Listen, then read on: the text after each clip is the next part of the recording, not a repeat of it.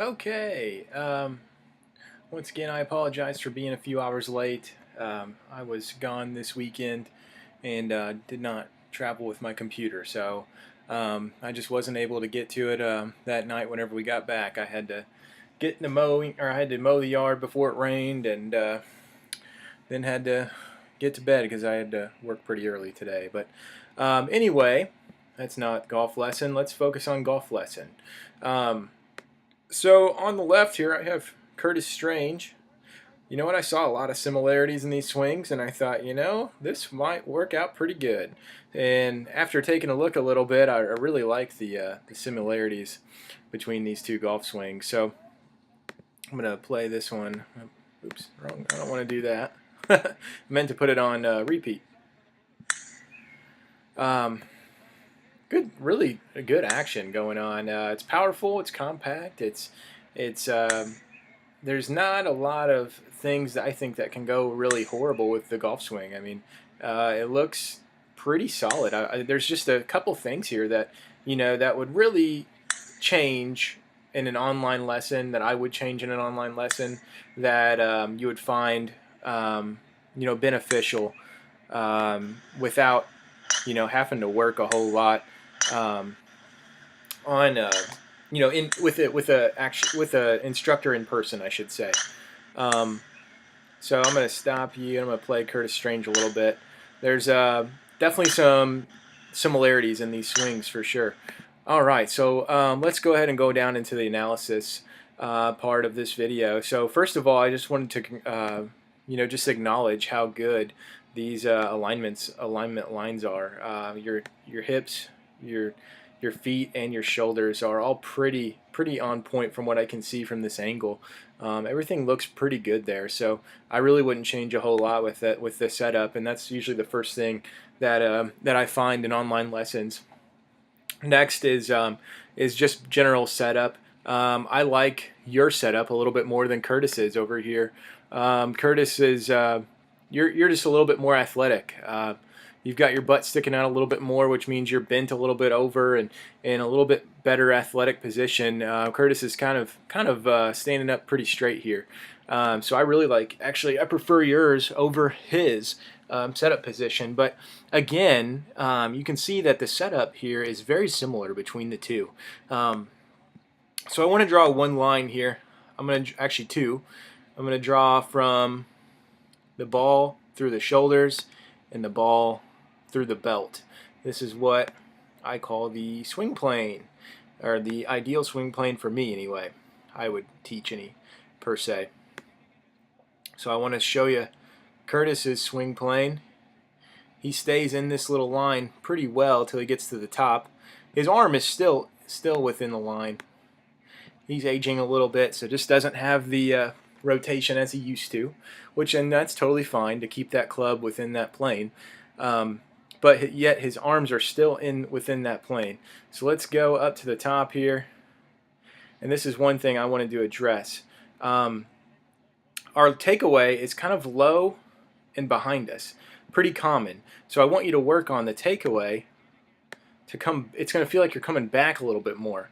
It's going to get you within this triangle, or this swing plane.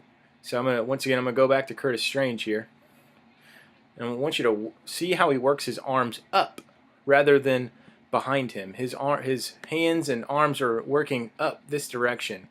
Let me clear. His hands are working. Let me change colors here. Up in this direction, rather than down and away. All right, so I'm going to slow play his arms again, and his body. They're all turning up, but yet his hands still stay within that swing plane. Ours right now, our hands are staying down, below, low and down. And basically what this is the more you stay within this swing plane, the less chance that your ball is going to get offline. And the more power you're going to deliver to the ball. So just a quick little tip here, and something that you can draw even whenever you have your smartphone and you're recording your swing. This is something that you can do. I drew that line from the ball through the shoulders and the ball through the belt buckle. All right, so let's go up to the top. Our hands stay nice and inside the plane. One thing that I recommend, I would like you to stop about here. All right, I'm going to freeze this here for a second while I readjust here. And I'd like you to stop right about here. The reason is because I want you to watch what happens after this position here. We're not really turning. We're not doing anything. This is kind of just a wasted motion. All right, and what I'm going to do is, if you stopped here, I'm going to put a little circle around this point. All right, so we are inside the zone. We're inside our swing plane here, just dead center in the middle. I mean, this is just ideal. Can't do better than this. Then we just lift up a little bit. This is what's called a lift in the top of a swing. I still deal with it to this day, and it's very hard. It's going to feel like you're swinging 3/4. But I want you to stop right in this position. Why? Because look at our downswing on the way down. Look where our hands end up, and they have to be at. The same exact spot. All of this motion up top is wasted motion that is causing a mishit. If you don't match it back down to this position again, we're going to have a mishit down at the bottom. All right, I'm going to word that again, or say that again. If we don't time this perfect and get this to the exact point again, we will have mishits down at the ball. 100%. I've dealt with this myself. All right, so I'm just going to prove my point here again. We go up to the top, perfect spot. I would just stop our swing there. We lift a little bit. There's really not any more turning. This is all arms going on here. Then we have to come back down in the perfect spot again, which you're getting away with. I mean, it's great, but this is just consistent. This is just to be more consistent. So we come back down and deliver a nice ball right down the fairway. All right, there's some things that I would work on. I was going to go up to Curtis Strange here and just show you how he stays kind of in the swing plane here. His shaft is dead center in that swing plane. I mean, just perfect.